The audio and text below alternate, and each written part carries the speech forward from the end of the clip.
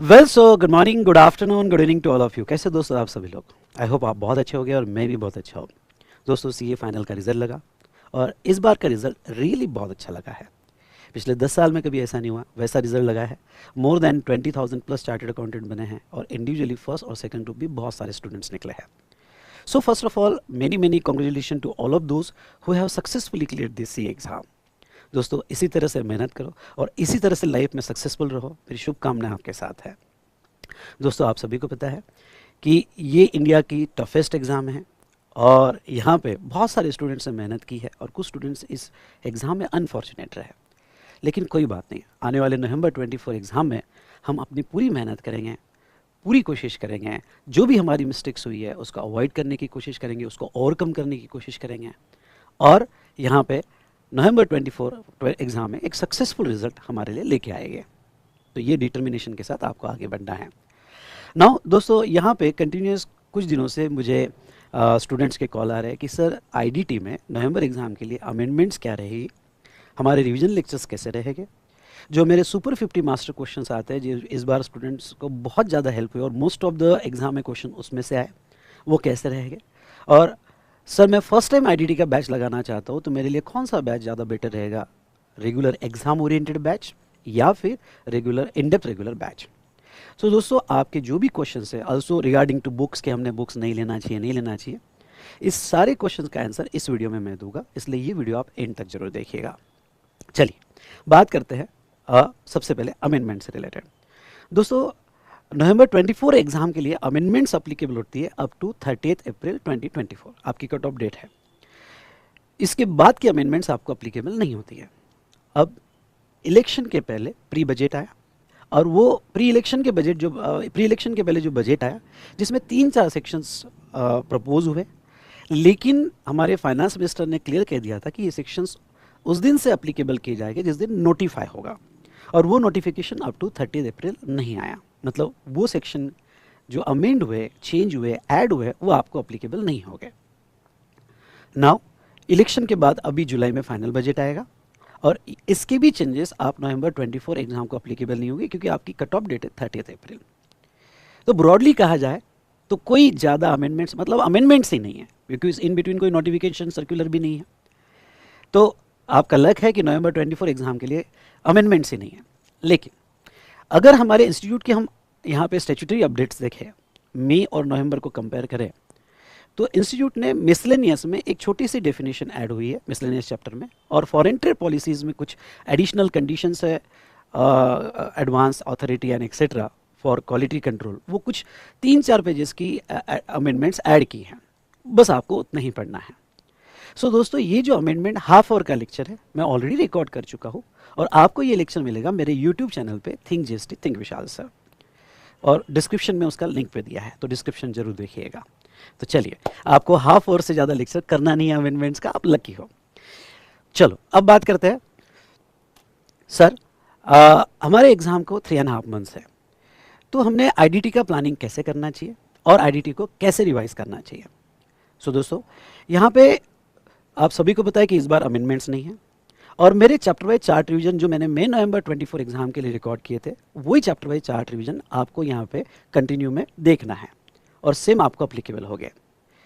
Now इसका एक complete planner जो है मैंने बनाया हुआ है और वो प्लानर मिशन संभव के नाम से है। ये प्लानर इतना बढ़िया बना है, मैं आपको कहना चाहूँगा कि बहुत सारे स्टूडेंट्स को यहाँ पे एग्जामिशन 80+ मिले हैं और सबका मेरे पास मैसेज में फीडबैक यही है कि सर आपका जो प्लानर था मिशन संभव का जो, और उसमें हमने जो चार्ट रिवीजन किया इंक्लूडिंग सुपर 50 क्वेश्चंस, ये हमें बहुत ज़्यादा बेनिफिशियल किया अच्छा आईडीटी में स्कोर करने के लिए।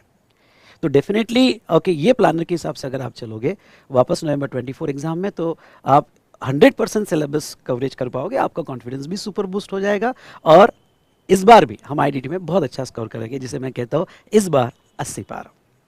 सो दोस्तों यहाँ पे इस प्लानर की खास बात मैं बता दूँ कि मैंने चैप्टर का सीक्वेंस इस तरह से अरेंज किया है कि जो चैप्टर आपके लेस फोकस होते हैं आप निगलेक्ट कर लेते हो, कम पढ़ते हो, और जो चैप्टर इंपॉर्टेंट है वो पहले लिए है, उसको प्रॉपरली अरेंज किया है।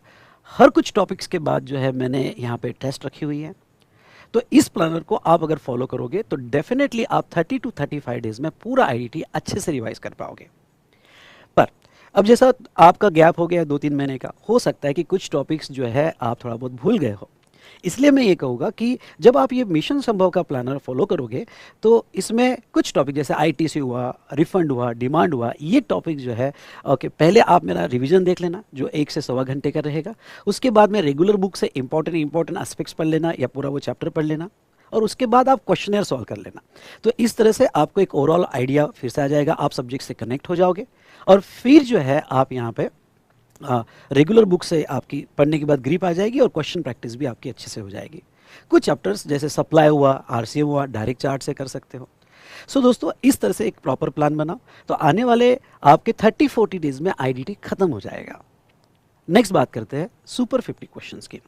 सुपर 50 क्वेश्चंस क्या है? जैसे बेटा मेरा अगर आप क्वेश्चनर देखते हो तो 600 प्लस क्वेश्चंस लिए हैं मैंने जीएसटी और कस्टम्स मिला के। पर इतना सब रिवाइज करना एग्ज़ाम के एक दिन पहले या 1 महीने में, जो लास्ट मंथ होता है एग्ज़ाम का, थोड़ा मुश्किल जाता है। तो जो भी मेरे क्वेश्चनर में आरटीपी के क्वेश्चंस है, एग्जामिनेशन क्वेश्चंस है, इनके सारे इंपॉर्टेंट एडजस्टमेंट्स पे मैंने कुछ मास्टर क्वेश्चंस बनाए हैं, जिसे मैं सुपर 50 क्वेश्चंस कर लेता हूँ। तो ये सुपर 50 क्वेश्चंस अगर आप एग्जाम के 1 महीने पहले, यानी जब आपका सेकंड रिवीजन, थर्ड रिवीजन होगा, या 1 डे बिफोर एग्जामिनेशन देख लेते हो, तो आपकी most of the important adjustments हो जाती हैं। ये सुपर 50 क्वेश्चंस मैं सितंबर यानी अराउंड 10 सितंबर के आसपास अपलोड करूंगा, तब तक आप अपना पहला रिवीजन कंप्लीट करके रख लो। ठीक है, तो ये था रिगार्डिंग टू यहाँ पे सुपर 50 क्वेश्चंस। अब ये मिशन संभव और सुपर 50 क्वेश्चंस के लिए डिस्क्रिप्शन में मैंने एक लिंक दी है, आपको हमारे वेबसाइट में जाके मिशन संभव के लिए सब्सक्राइब करना है। ओके, और इसके लॉगिन में आपको, अगर आपके पास फिजिकल कॉपी ऑफ चार्ट है तो ओके, वो आप रेफर कर सकते हो, या आपको पीडीएफ चार्ट की दिया हुआ है। साथ साथ में मैंने आपको कंप्लीट प्लानर भी बना के दिया है, और डिस्क्रिप्शन में आपको वन स्टॉप सॉल्यूशन लिंक भी मिल जाएगी, जिसमें मैंने क्वेश्चनर का डिजिटल बुक वगैरह सब कुछ दिया है, तो आप डिस्क्रिप्शन जरूर देखिएगा। चलो, अब हम बात करते हैं यहाँ पे IDT regular exam oriented batch की। दोस्तों, अगर आपने आईडीटी किया हुआ है तो मैं तो ये कहूँगा कि रिवीजन से ही आपका बहुत अच्छा कवर हो जाएगा, क्योंकि अराउंड 50 आवर्स का रिवीजन है, और बहुत अच्छे से मैंने चार्ट बेस रिवाइज किया हुआ है। साथ साथ में अगर आप क्वेश्चनर प्रैक्टिस कर लेते हो, तो अगर आपको रिवीजन और क्वेश्चनर प्रैक्टिस से कॉन्फिडेंस आता है, तो ये आपके लिए ऑलरेडी अवेलेबल है यूट्यूब पे। लेकिन अगर आप आईडीटी फर्स्ट टाइम कर रहे हो, या आपको आईडीटी में कॉन्फिडेंस नहीं आ रहा है रिवीजन लेक्चर देखने के बाद भी, या बहुत ज़्यादा टाइम गैप हो गया है, तो फिर मैं आपको मेरे रेगुलर बैचेस से रिलेटेड आपको एडवाइस करूँगा। मेरी 2 रेगुलर बैच आती है, एक IDT regular exam oriented batch और एक IDT regular in depth batch. IDT regular exam oriented batch मेरा 125 आवर्स का होता है, प्लस 20 आवर्स हमारा एडिशनल प्रॉब्लम प्रैक्टिसेस में होता है, और IDT regular in depth batch जो है वो 170 आवर्स का होता है। सो दोस्तों, ये IDT regular exam oriented batch में, जैसे आप सभी को बताया कि आईडीटी पेपर नंबर 5 तो है, लेकिन पेपर नंबर 6 के हिसाब से भी इसका अच्छा खासा वेटेज होता है। इसलिए ये 20 आवर्स मैंने एडिशनल प्रैक्टिस जो रखे है, paper number 5 plus paper number 6 दोनों को ख्याल में रखते हुए यहाँ पे एडिशनल प्रैक्टिस लिया है। तो यहाँ पे ये आईडीटी रेगुलर बैच आप लगा सकते हो, जिसमें कॉन्सेप्ट डिस्कशन मैंने डेप्थ में लिया है, प्लस एडिशनल प्रैक्टिस भी लिया, पर एग्जाम ओरिएंटेड है। इसमें ओके, बैच में रिवीजन जो होती है, रेगुलर रिवीजन जो है, फ्रीक्वेंट रिवीजन, वो कम होती है, आपको मेरे साथ घर पे रिवाइज कर लेना पड़ता है, पर इसमें कॉन्सेप्ट पूरे इन डेप्थ में लिए हैं। नेक्स्ट हम बात करेंगे IDT regular in depth batch, वो 170 आवर्स का है। ओके, और उसमें फ्रीक्वेंट रिवीजन, थोड़ा ऑफिस के जो आपके प्रैक्टिकल केसेस है उनको ध्यान में रखते हुए बैच डिज़ाइन किया है।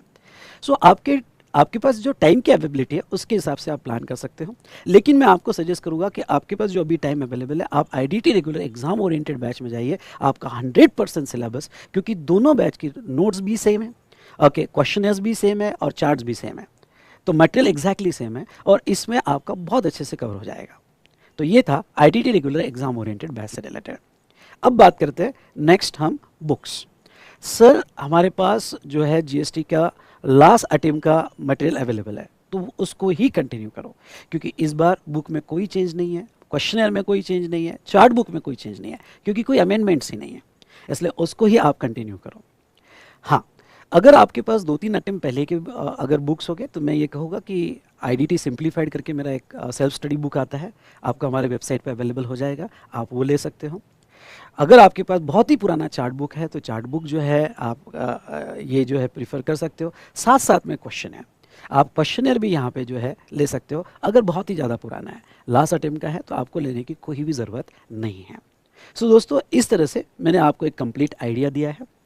और मैं बस इतना ही कहना चाहूँगा कि अब जब आप आईडीटी पढ़ना शुरू करोगे तो एक बार आपने चैप्टर का और लुक ले लेना, रिवीजन देख लेना, और उसके बाद में रेगुलर बुक से और क्वेश्चनर से चैप्टर स्टार्ट करना। तो हो सके तो आप यहाँ पे अगस्त एंड तक पहला कंप्लीट रीडिंग खत्म कर दो आईडीटी का। सितंबर में चार्ट रिवीजन और क्वेश्चन है, साथ साथ में सुपर 50 क्वेश्चंस, और अक्टूबर में सुपर 50 क्वेश्चंस और मेरा चार्ट रिवीजन। दैट्स इनफ, आपका बहुत अच्छे से हो जाएगा। और जो फर्स्ट टाइम आईडीटी कर रहे हैं उनके लिए तो मैं कहूँगा बेस्ट यही डिसीजन रहेगा, आपका लिमिटेड टाइम में बहुत अच्छे से आईडीटी यहाँ पे कवर हो जाएगा, IDT regular exam oriented batch में। सो दोस्तों, आई होप आपको कंप्लीट जानकारी इसमें मिल गई होगी। इसके बाद भी आपके अगर कोई क्वेश्चंस हो गए तो डिस्क्रिप्शन में आप कमेंट्स में आप ज़रूर लिखिएगा, और इस वीडियो का डिस्क्रिप्शन देखिएगा, आपको सारी लिंक्स मिल जाएगी। ठीक है दोस्तों, तो मैं बस इतना ही कहूँगा कि अब जो भी हमारी गलतियाँ लास्ट अटेम्प्ट में हुई हैं उसको एनालाइज करो, वो मिस्टेक्स कहाँ कहाँ हुई हैं वो प्रॉपरली देखो, और इस बार आप सभी को ओवरकम करो। यहाँ पे जो ये प्रोसेस को समझ गया, और मैं ये कहता हूँ कि आप नहीं फेल हुए, कहीं तो भी आपकी प्रोसेस जो है वो कम पड़ गई या कहीं उसमें मिस्टेक्स हो गई, तो इस बार ये सारी चीज़ों को ओवरकम करके हमें नवंबर 24 एग्ज़ाम में पास होना है और एक अच्छा रिजल्ट लाना है। सो अगर आपको ये प्लानिंग बहुत अच्छी लगी होगी तो कमेंट में ज़रूर लिखिएगा, इस बार आईडीटी में 80 पार। Thank you so much.